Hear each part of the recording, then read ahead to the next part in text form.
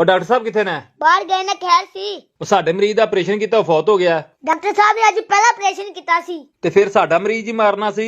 हुण फिर काम शुरू करन तो पहला खैखरात ना करिए। तेरे नाई आया ते चिड़ी दे उत्ते पट्टी करवा ला। ए साना फिर आ गया। एवें नहीं कहीदा हुंदागा यार। एवें नहीं ते और किवें कहीदा हुंदा है। अद्धी सावा मेरा पहला वड के ना गया।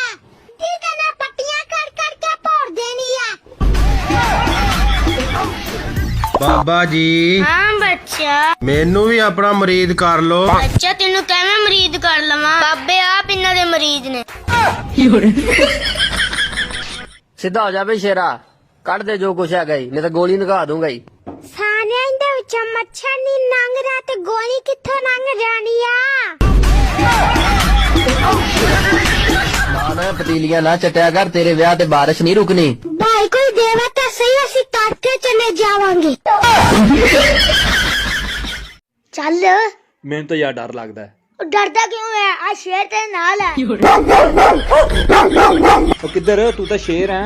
और नहीं है भरावा, मैं तो नुली का शेर हां।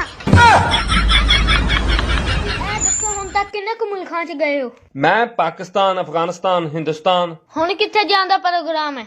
कब्रिस्तान।